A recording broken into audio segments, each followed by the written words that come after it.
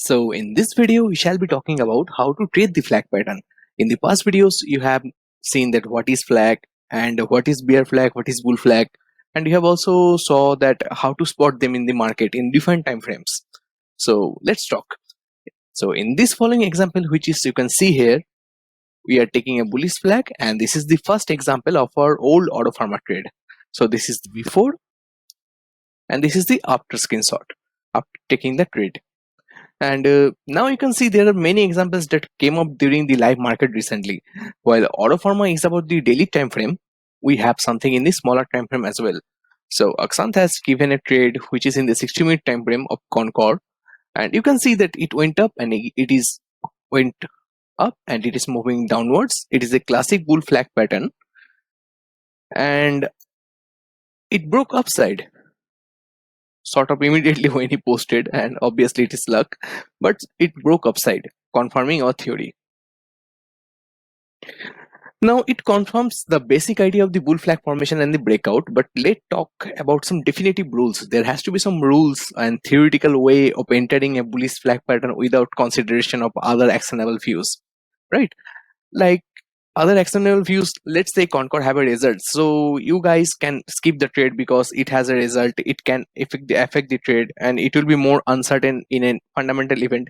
So that is some kind of other stuff which are considering here. Okay, but let's talk about the theoretical aspect where we are not seeing anything except only the pattern.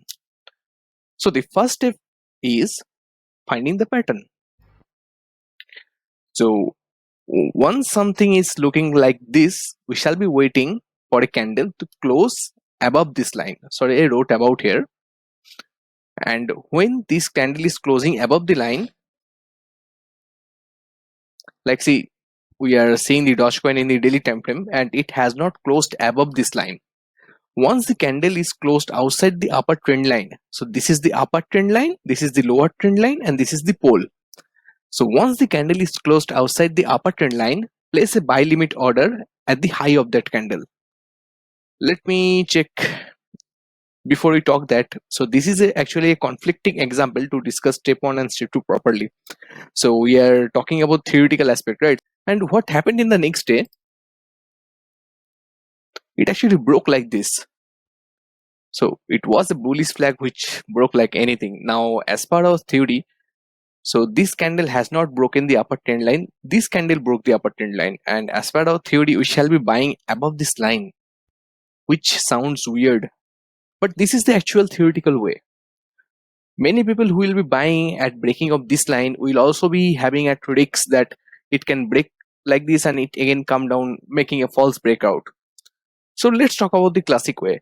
So as per the classic way, we shall be buying only after a candle is closed above this upper trend line and closed, we are buying above the high of the candle.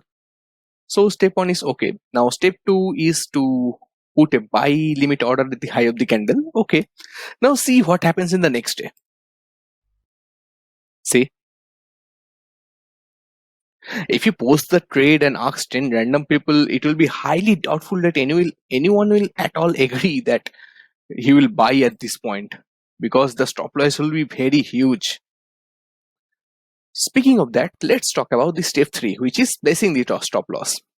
Now, what will trigger negation in choosing the trade as well as we are talking about? Stop loss, because in this case, the stop loss is pretty high. So let's cut the chase and let's talk about the stop loss. Like place the stop loss at the flag's lower trend line's lowest point. So the lower trend line is this, and the lowest point of the lower trend line is at this point.